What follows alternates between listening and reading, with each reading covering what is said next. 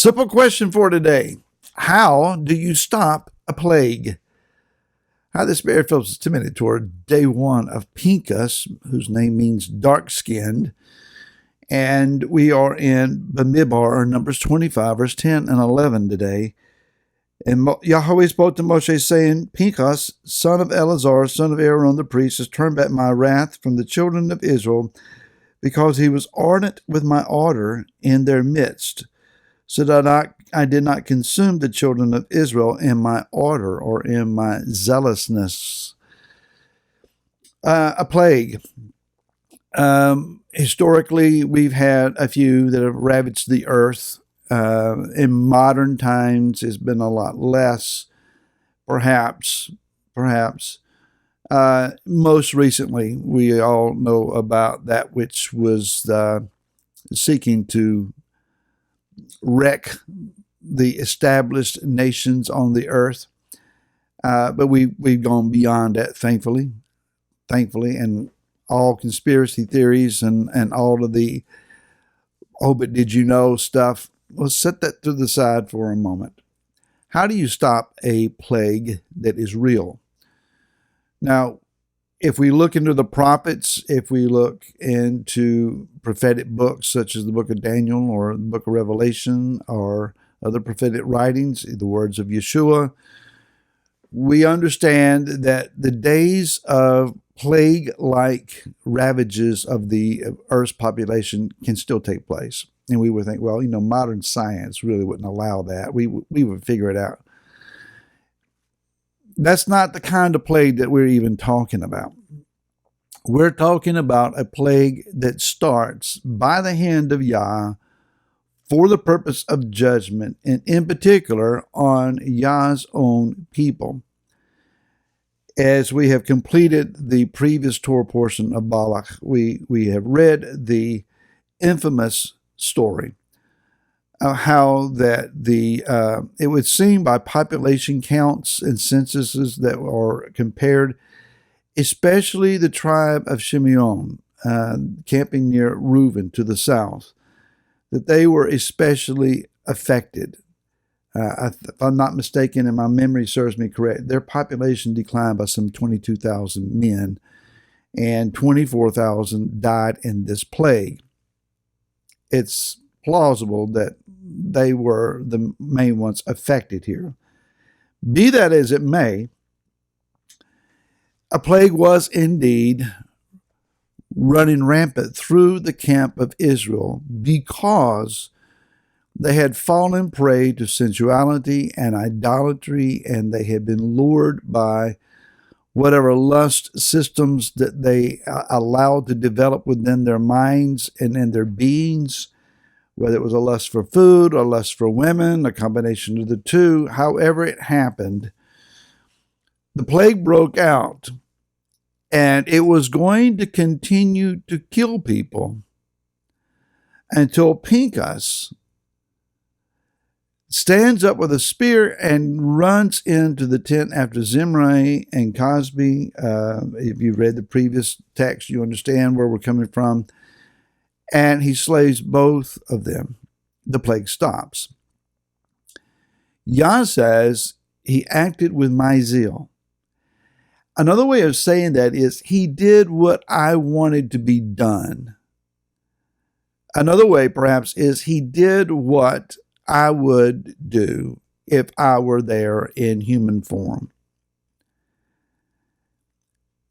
So it was this act of zeal. It wasn't anger against the man or the woman per se.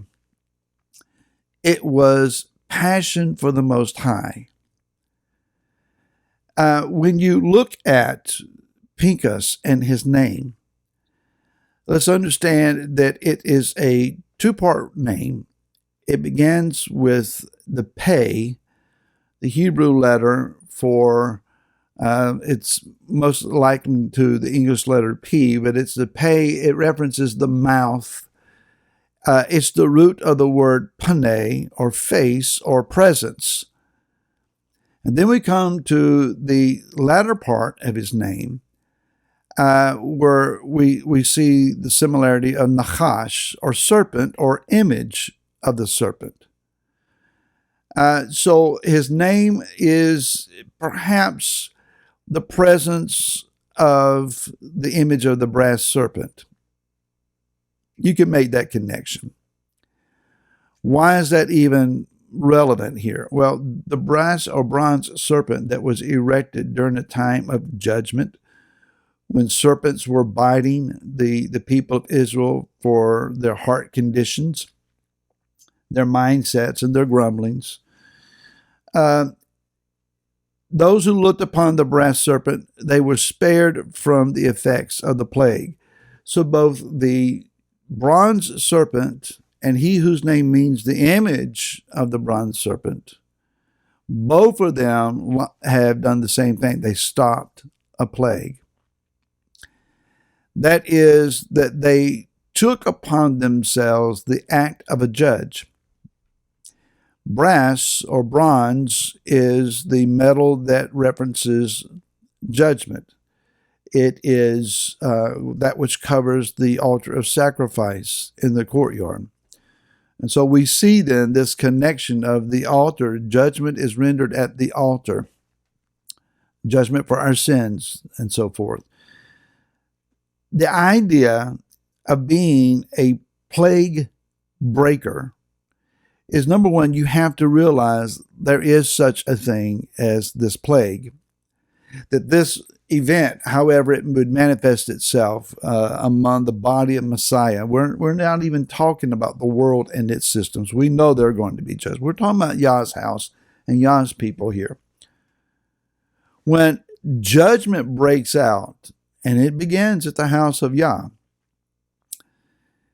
then let's understand, you have to realize what's happening here is not an accident. It's not a freaky thing. It's not an unexplainable thing. It is the hand of Yah. And so there is this need of discernment. Pinchas realized that when Zimri paraded this Midianite princess in front of the elders of Israel and boldly took her into his tent, he realized how bad things had gotten. And this had to stop, because before there was a plague of judgment, there was a plague of disobedience and sensuality and carnality that was robbing the righteous standard of the people of Israel. And without that righteous standard, they would be plundered by their adversaries. It was more than just people say, well, Yah understands. And he made me this way. He put my desires inside me. How can it be a sin? None of that was going to wash with the fact that Israel was losing in its righteousness and its righteous standard.